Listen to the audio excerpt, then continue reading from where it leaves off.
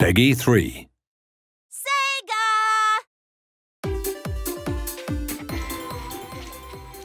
If the last time you've played Tetris was back in 1989, you've got a lot to learn.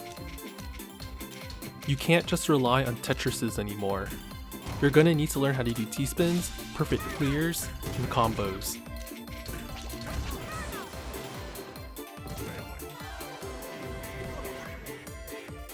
Let's start by learning T-spins.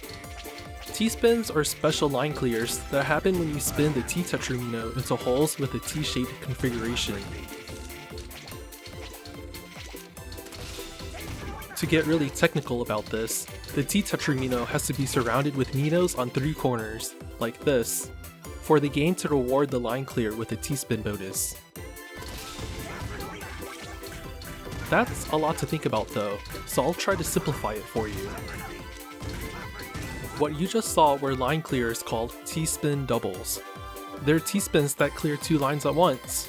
You can generalize their construction into 2 parts. First, you need to make the base of the T-spin, which contains the T-shaped hole. Then, to satisfy the 3-corner rule, you need to top off the hole with an overhang. After that, soft drop the T-tetramino into the hole, rotate it, and clear.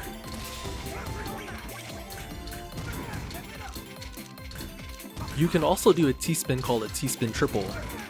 These can look confusing, but this is how they work.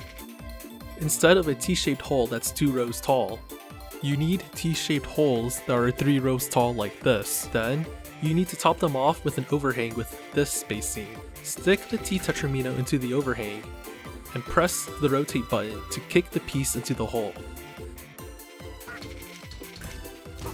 T-spin triples can send 6 rows or more of garbage, which is more powerful than a Tetris.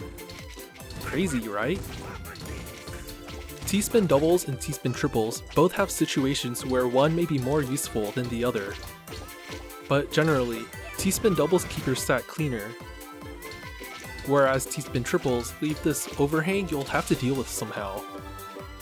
For that reason, you'll see players using T-spin doubles as their mid-game form of attack.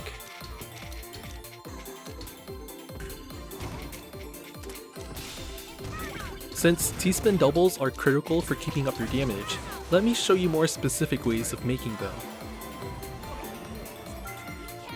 Remember, T-spin doubles have 2 parts, the base and the overhang. I think the base is something you can mostly figure out by just playing a lot. Overhangs, on the other hand, are useful to learn before you start practicing. Here are some ways you can make an overhang with the S or Z tetramino. You can lay an S or Z tetramino flat like this to complete the T-shape. You can also stick them vertically like this.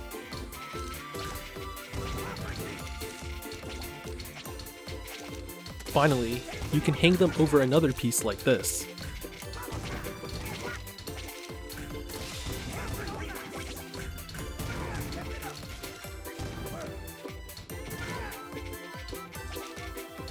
Placing them like this is also useful.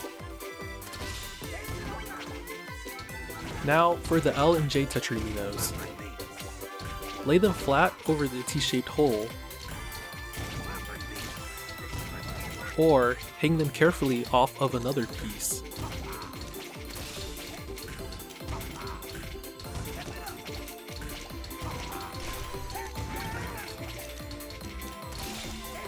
For the O tetramino, just lay them on top like this.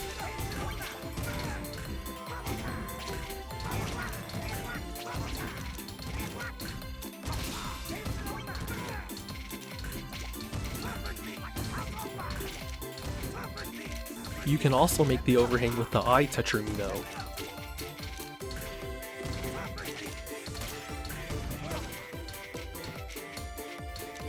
You can make the overhang with the T tetramino too, but usually you want to save them for doing the actual T-spin. That's not a hard rule though. If you see a clean opportunity, just go for it. And that's it. Those are the common ways to make the overhang for a T-spin double. I know T-spins might seem like a totally different way of playing Tetris, but if you practice them a lot, I'm sure you'll get the hang of them. you'll be annihilating your friends in no time.